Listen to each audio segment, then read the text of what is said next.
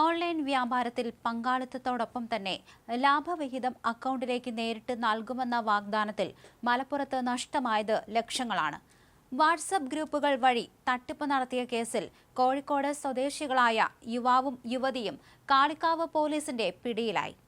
പൂങ്ങോട് സ്വദേശി ഹരീഷിന്റെ പരാതിയിലാണ് നടപടി. മലപ്പുറം പൂങ്ങോട് സ്വദേശിയായ ഹരീഷിന്റെ കഥയിൽ നിന്നാണ് ഈ തട്ടിപ്പിന്റെ ആഴങ്ങളിലേക്ക് വെളിച്ചം വീശുന്നത്.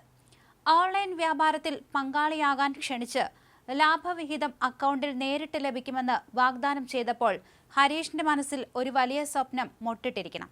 ചെറിയ തോതിൽ ലാഭം ലഭിച്ചു. അങ്ങനെ വന്നപ്പോൾ വിശ്വാസം വർദ്ധിച്ചു. ആദ്യം കൃത്യമായി തന്നെ അക്കൗണ്ടിലേക്ക് വന്ന ലാഭവിഹിതം ഇങ്ങനെയൊരു മായാജാലം യാഥാർത്ഥ്യമാണെന്ന് അദ്ദേഹത്തെ വിശ്വസിപ്പിച്ചു. പിന്നെ അങ്ങോട്ട് ഒന്നും നോക്കിയില്ല. സമ്പാദ്യവും കടവും എല്ലാം ചേർത്ത് ലക്ഷങ്ങൾ അക്കൗണ്ടുകളിലേക്ക് ഒഴുകി.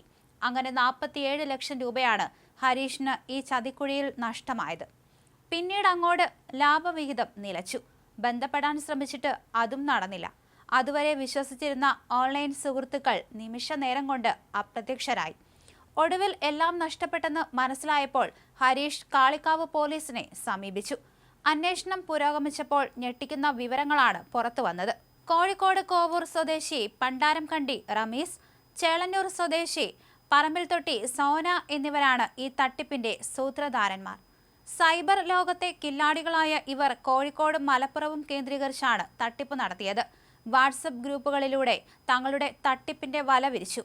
ഓൺലൈൻ വ്യാപാരത്തിൽ പങ്കാളിത്തം, ഉറപ്പായ ലാഭം, ഈ മനോഹര വാക്യം കേട്ട് എത്ര പേരാണ് തങ്ങളുടെ കഷ്ടപ്പാടിന്റെ പണം ഇവർക്ക് കൈമാറിയതെന്നോർത്ത് ഞെട്ടിപ്പോകും.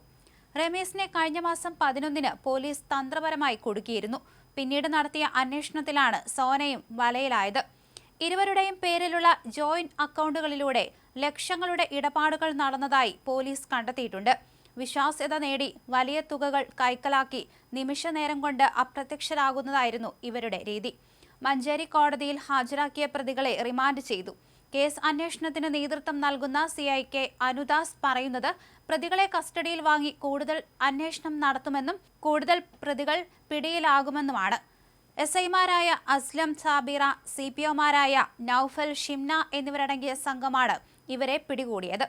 അതേസമയം ഇവർക്ക് പിന്നിൽ മറ്റാരെങ്കിലും പ്രവർത്തിക്കുന്നുണ്ടോ, മുഖ്യ കണ്ണികൾ ഇവരാണോ എന്ന കാര്യത്തിലും പോലീസ് അന്വേഷണം നടത്തും.